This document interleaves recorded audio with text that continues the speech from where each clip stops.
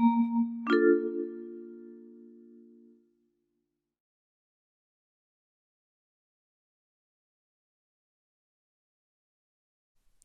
CRP'ye hoş geldiniz.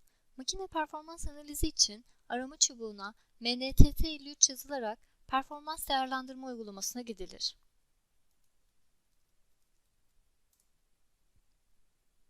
Açılan ekranda firma, tesis, makine, tarih aralığı kriterleri girilerek ara butonuna basılır.